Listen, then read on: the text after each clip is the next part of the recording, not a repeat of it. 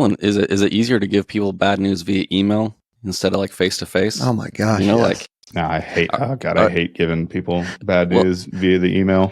I think my question is, are NCOs getting enough reps?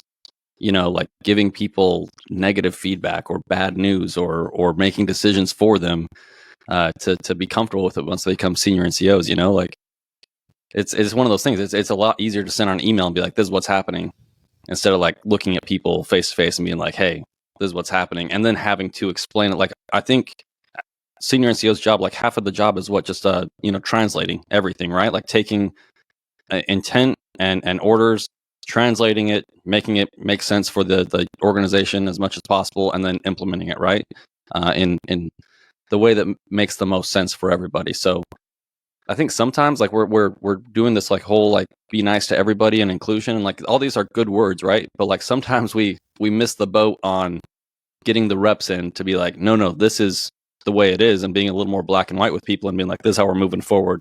If you have concerns, let's talk about it. But like I don't know how many reps you guys got, as an NCO, like, but that's like one of those things as an instructor it made it pretty easy for me to like get used to staring people in the eyes and telling them the worst news possible, and just dealing with the consequences and then having to explain it, Well, I didn't get too many reps as an NCO doing that, but I definitely from the time I put E7 or Master Sergeant on, definitely got a lot of reps.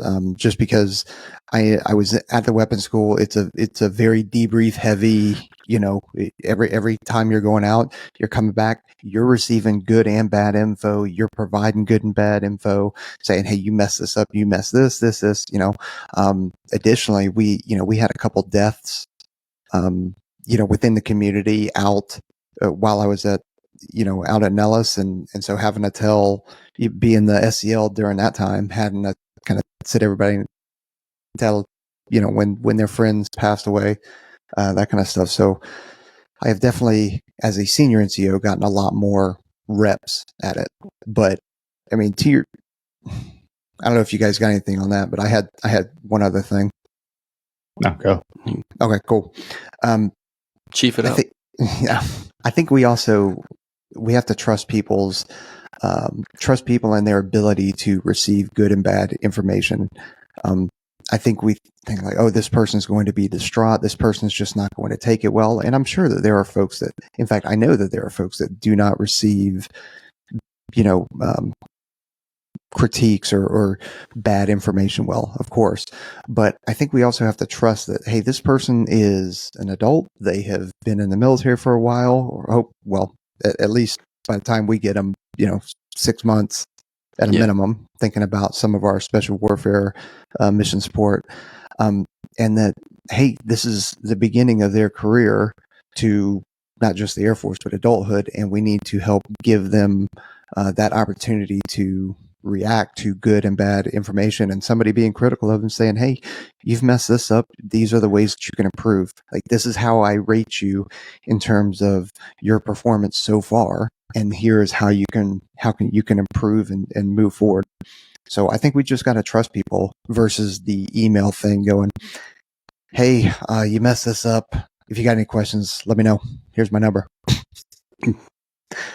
I think there's another dynamic too, that, the social landscape has changed in such a way where there is a good bit of fear, and I won't say it's completely unfounded. Like, the feedback that I got as a young, staff sergeant, even tech sergeant, like, it was very pointed. And I never thought to be like, oh, you're being mean to me because I am who I am, so I'm going to tell on you to my boss. And I think there is a pretty big undercurrent now where it is kind of like walking on a landmine where you're like, man, I got to give this feedback in such an objective and clear black and white way that it can't seem like there's any personal bias in here, that it can't seem like I'm doing it for any other reason, because like that stuff comes out so quickly now. And, when the DE&I, you mentioned diversity, equity, and inclusion earlier, Trent, I was just thinking about how that has really changed the nature of feedback. And I'm sure that's another thing that people have to get used to, because just me as a person, I can walk into a room and go, hey, you're an idiot. You really screwed up this training event. I have no idea why it is. You acted the way you did. Don't do that again. Here's the progression forward. Here's how we're going to make it better. Okay, let's go. And that could be a completely different conversation to somebody on the receiving end, just by my tone, by the words that I use, and all this other stuff. And it can lead to serious issues. So I think that's a pretty big wrinkle that folks are going to have to deal with now and in the future, as far as feedback and, how NCOs talk to their subordinates. And it can be a problem. Well, you got to cage it, right?